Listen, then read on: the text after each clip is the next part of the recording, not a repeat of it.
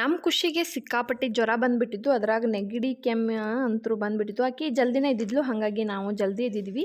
ಹಂಗೆ ಇನ್ನೂ ಸೂರ್ಯ ಉದಯನೇ ಆಗಿದ್ದಿಲ್ಲ, ಆಗ ಉದಯ ಆಗಾಕತ್ತಿದ್ದ. ಮತ್ತು ಆಮೇಲೆ ಆಕೆಗೆ ಮುಂಜಾನೆ ಎದ್ದ ಕೂಡಲೇ ನಾನು ಬೆಳ್ಳುಳ್ಳಿ ಸ್ವಲ್ಪ ಫ್ರೈ ಮಾಡಿಕೊಟ್ನಿ, ಅಂದ್ರೆ ಕೆಮ್ಮಿಗೆ ಒಂದು ಸ್ವಲ್ಪ ಆರಾಮ ಅನಿಸ್ತದಂತಂದು.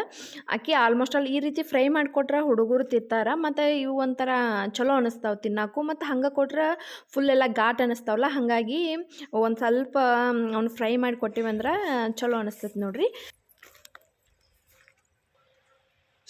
ಇವ್ರಂತರೂ ಇಲ್ಲೇ ಮುಂಜಾನೆನ ಗಳೆ ಹೊಡ್ಯಾಕ್ತಿದ್ರು. ಗಳೆ ಹೊಡಿತ್ನಾಗಂತರೂ ಮಣ್ಣು ಒಳಗಿಂದೆಲ್ಲ ಮೇಗ್ ಬಂದಿರ್ತೈತಲ್ಲ, ಹಾಗಾಗಿ ಹುಳುಗಳು ಎಲ್ಲ ಬಂದಿರ್ತಾವೆ. ಹಾಗಾಗಿ ಕೊಕ್ಕರೆ ಅದರ ಹಿಂದಿಂದ ಅಡ್ಡಾಡಾಕ್ತಿದ್ರು. ನೇಚರ್ ಮಾತ್ರ ಮಸ್ತ್ ಇತ್ತು. ಮುಂಜಾನೆ ನೋಡಾಕಂತರೂ ಸಖತ್ ಅನಿಸ್ತತಿ ವ್ಯೂವ್ಸು. ಅದ್ರಾಗ ನಮ್ಮ ಖುಷಿಗೆ ಒಂದು ಆರಾಮಿದ್ದಿಲ್ಲ, ಹಾಗಾಗಿ ಅಲ್ಲಿ ಹೋಗುನ್ ಬಾ ಇಲ್ಲಿ ಹೋಗುನ್ ಬಾ. ಅವ್ರ ಪಪ್ಪ ನೋಡಿದ್ರೆ ಅಂತರೂ ಬಿಡೋದು ಇಲ್ಲಕ್ಕಿ.